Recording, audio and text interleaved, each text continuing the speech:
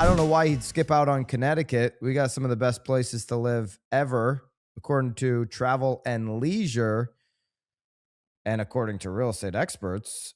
I can't find these experts that Travel and Leisure is pointing to, but that's in their headline. Travel and Leisure says these are the 10 best places to live in Connecticut. Chaz, let's break this down for us. What is, according to, I know people are going to have opinions about this.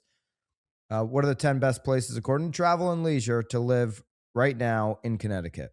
Absolutely. And this is in no particular order. I just want to say that. So these are not ranked from 1 to 10 Well, and they have it ranked one to. They're saying it's not in a particular order. not in no particular order. Here are the best suburbs, town, and cities to live in Connecticut. Yet they have one next to one of them, and two. They have numbers next to them. Well, I always like to do these, and because we've done them over the years here, and to see what changes and what different experts, I use the air quotes there, actually use for their choices here. But you're going to see a lot of familiar favorites and a couple of new ones. Always on a list of one of the top places to live in Connecticut. Coming in at number 1 in no particular order is New Canaan.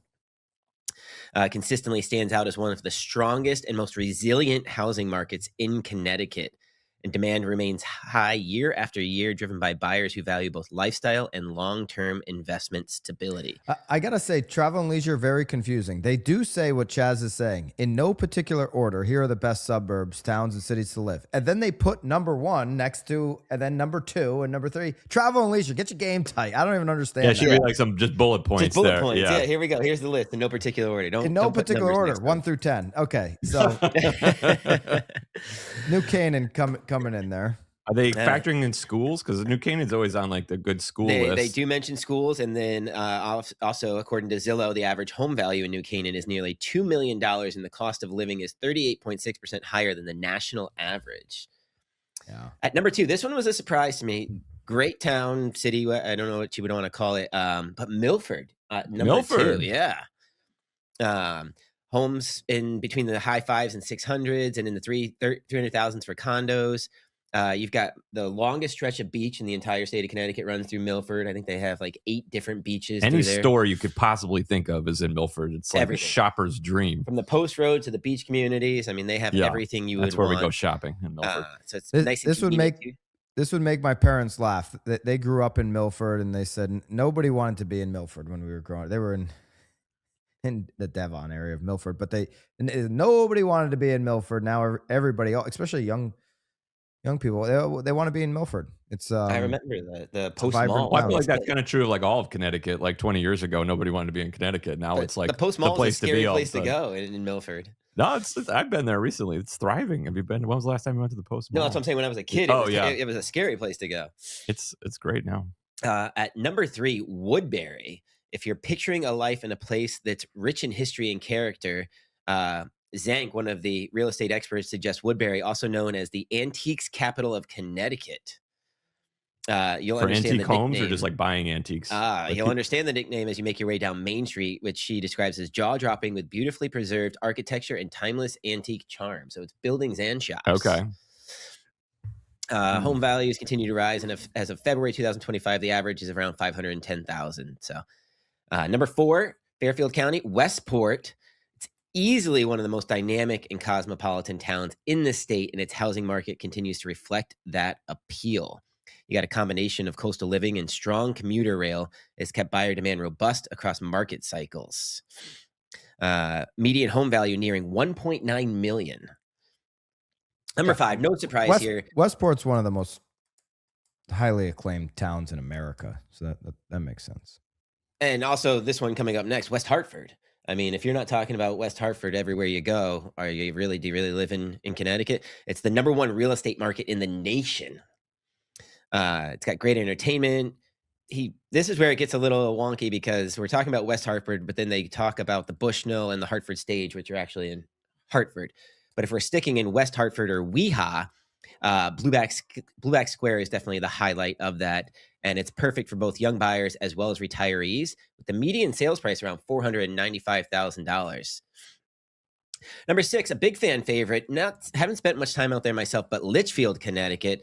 It's perfect for those seeking a slower pace of life. The streets are lined with stately historic homes and charming downtown features with brick walkways and tucked away alley shops. That's a You're beautiful getaway spot right there.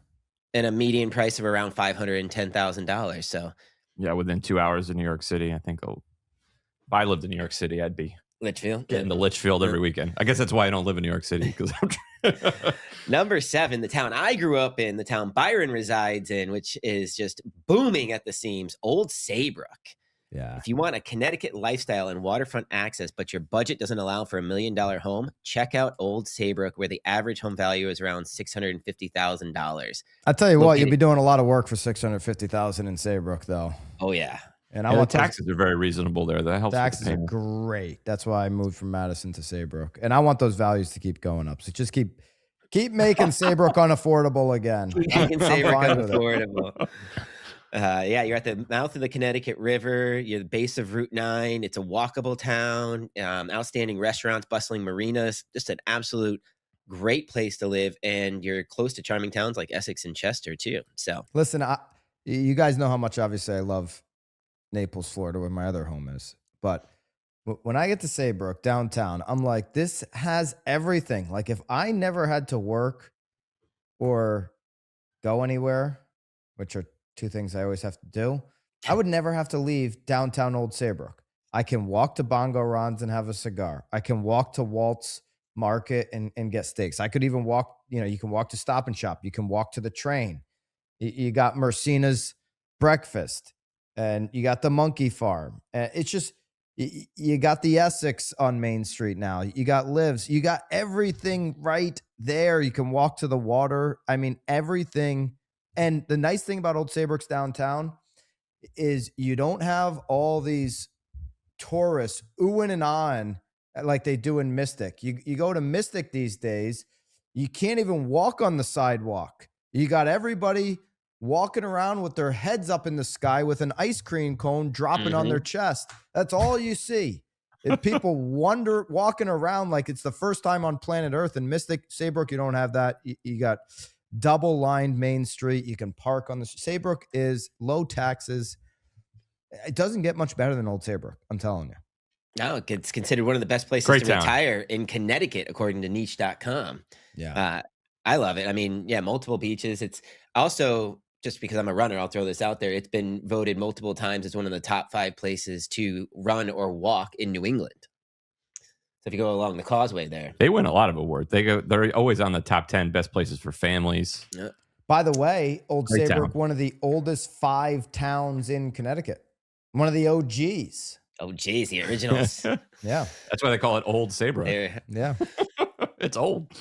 All right, number 8, Southbury. It's another sought-after town located just outside of Fairfield County, but offering more affordable home pricing.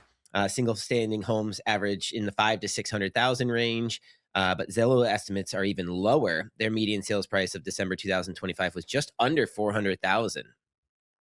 So they've got seasonal farmers markets, yearly parades, Thanksgiving, Turkey Day trots. I mean, it's booming out there in Southbury, right outside of Fairfield County. So if you're looking for something slightly more affordable but still easy access to New York, Southbury. Number 9, Wilton. A lot of town people don't really know much about, but one of the $1 million price point towns in Connecticut.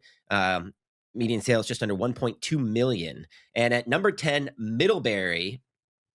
Population of under 8,000 and walking trails galore with lots of open spaces to hike, beautiful parks, and activities year-round.